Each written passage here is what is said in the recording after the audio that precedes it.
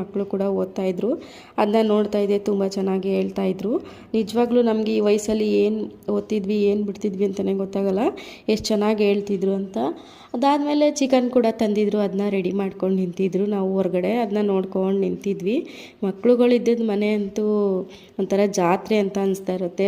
ಅಪರೂಪಕ್ಕೆ ಬಂದಿದ್ವಿ ಅಂತ ಹೇಳಿ ನೈಟು ಊಟ ಮಾಡ್ಕೊಂಡು ಮಲ್ಕೋಷ್ಟಲ್ಲ 12 ಗಂಟೆ ಆಗೇ ಹೋಯಿತು. ಅದಾದಮೇಲೆ ಬೆಳಗ್ಗೆ ನೋಡಿದ್ರೆ ವಾತಾವರಣ ತುಂಬಾ ಚೆನ್ನಾಗಿತ್ತು, ಆ ವೆದರ್ಗೂ ಅದಕ್ಕೂ. ಸೊ ತಿಂಡಿಗೆ ಇವತ್ತು ದೋಸೆನ ಮಾಡ್ತಾಯಿದ್ರು. ದೋಸೆನೂ ನಾನೇ ಹಾಕ್ಕೊಡ್ತಾಯಿದ್ದೆ. ಎಲ್ಲರಿಗೂ ಹಾಕ್ಕೊಟ್ಬಿಟ್ಟು ತಿಂಡಿನ ತಿಂದ್ಕೊಂಡು ಇನ್ನೇನು ನಾವು ಕೆಲಸಕ್ಕೆ ಹೋಗ್ಬೇಕಲ್ವ ಅಂತ ಹೊರಟಿದ್ದೀವಿ.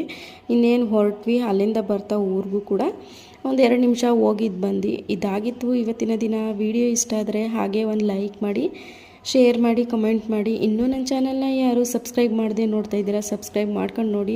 ನಿಜವಾಗ್ಲೂ ಎಷ್ಟು ನಿದ್ದೆ ಎಳೀತಿತ್ತು ಅಂದರೆ ಕೆಲ್ಸಕ್ಕೆ ಹೋಗೋ ಮೂಡೇ ಇರಲಿಲ್ಲ ಇಬ್ರಿಗೂ, ಆದರೂ ಹೋಗ್ಬೇಕಾ. Thank you.